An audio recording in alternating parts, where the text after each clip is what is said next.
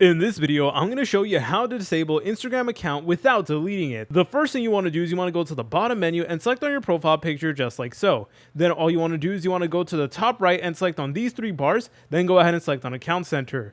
Then go ahead and select on personal details. Then you guys will see this option that says account ownership and control. So please go ahead and press on that. And then from here, you guys now have the option to deactivate your account or delete it for a temporary amount of time.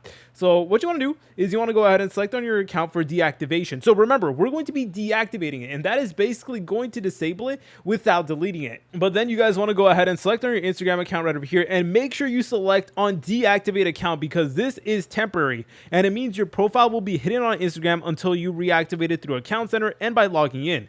So please go ahead and press on deactivate account instead of delete account. And then all you need to do is you need to go ahead and press on continue. And lastly, you will need to enter in your password. And then from there, it is going to disable your Instagram account temporarily without deleting it.